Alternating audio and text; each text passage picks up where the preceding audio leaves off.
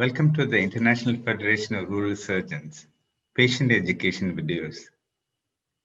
Today we are going to talk about the evaluation of prostate disease, especially regarding the symptoms. The prostate gland is found in all men and it grows at a rate of about 0.6 to 1.5 grams per year. And mostly around 40 to 45 years, it starts producing mild symptoms.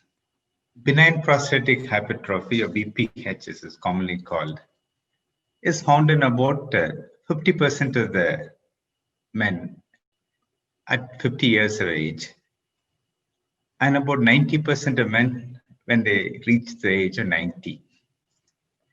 These are hypertrophy or the growth of the gland, which is more compared to the normal gland. And nowadays, because the life expectancy is increasing, we have more men who have symptoms. But the thing to know about it is that it's not the size of the gland which causes the symptoms. It's obstruction which causes the symptoms. As the figure shows, the gland is located between the urinary bladder and the sphincter or valve mechanism, which controls the urine. There are two aspects to the obstruction or block which the growth of the prostate causes. One is due to anatomical obstruction. The passage is a circular passage. If there is a growth, it'll reduce the passage and cause an anatomical block. And also there is a component called dynamic obstruction.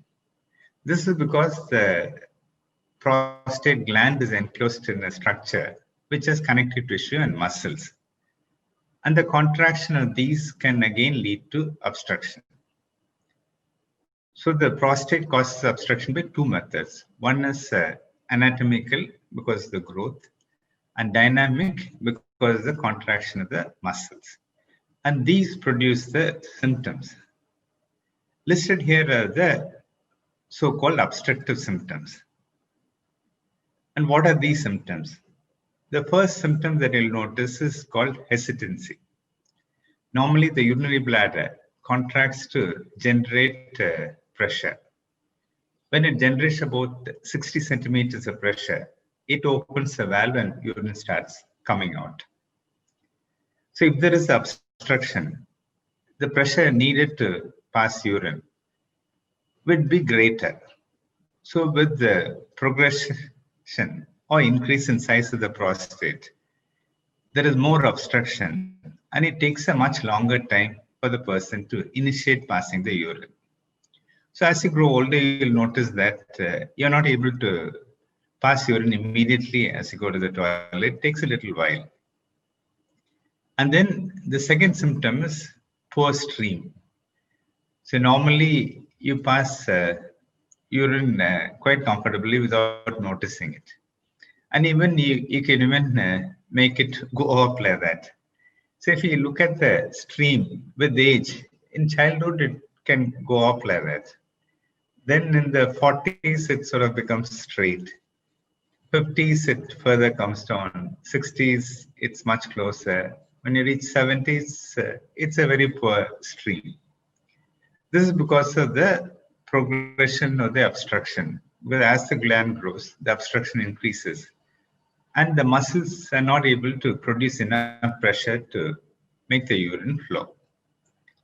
And then we come to the third symptom called intermittency. Here what happens is that the bladder muscles are not able to generate sustained pressure. So what happens is that there will be a flow for some time, then it'll reduce, then there'll be some more flow. This is somewhat similar to what happens, say if you're carrying a luggage in a long railway platform. If the luggage is not heavy, you'll continuously carry it without any problem. But if the luggage is heavy, you carry it for some time, you stop and rest, then start again. So that is what happens if there is more obstruction and the bladder muscle has to work very hard. And then ultimately, it leads to incomplete voiding. Here, what happens is that you're not able to complete the voiding. So even after passing urine, there is more urine left behind in the urinary bladder. So this is again, if you go back to the earlier example, the suitcase is so heavy that you will not be able to reach the destination. You wait a little prior to the destination. And then finally, we go into a stage of acute painful retention. Here, the patients are unable to pass urine, and it's painful because you'll feel as though the bladder is full. And this happens when the pressures are high, and you start postponing micturition. So normally, the bladder muscle to generate the pressure should start at the ideal position, which is about when the bladder is distended to about 350 or 400 ml. But when it stretches further, it's difficult to initiate the contraction. Then we come to what is called the irritative symptoms. Here it starts with the nocturia. Normally, when you go to sleep, you wake up only in the next morning to pass urine. But if there is an obstruction, you need to wake up at the night. And sometimes you may have to wake up more than once to pass urine. This is probably the early symptom of obstruction. And then this frequency becomes more even during the daytime.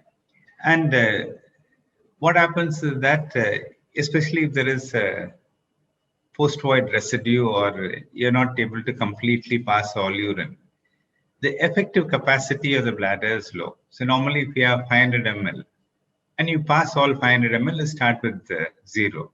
But if you're able to pass only 400 ml, you start at 400 ml, 100 ml rather.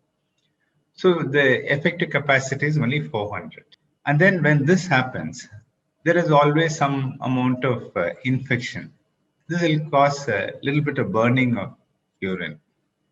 And later on, it can lead to even urgency.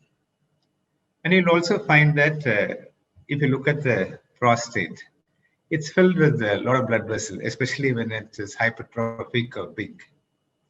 So these can bleed and cause blood in the urine. And especially with significant post-void residue, they are prone to infection because normal bladder has some bacteria. And these bacteria double every 20 minutes. So it may reach a time when there is more than 1 lakh bacteria per ml. It causes infection. So primarily, there are two types of symptoms. One is the obstructive symptom, the irritative symptom.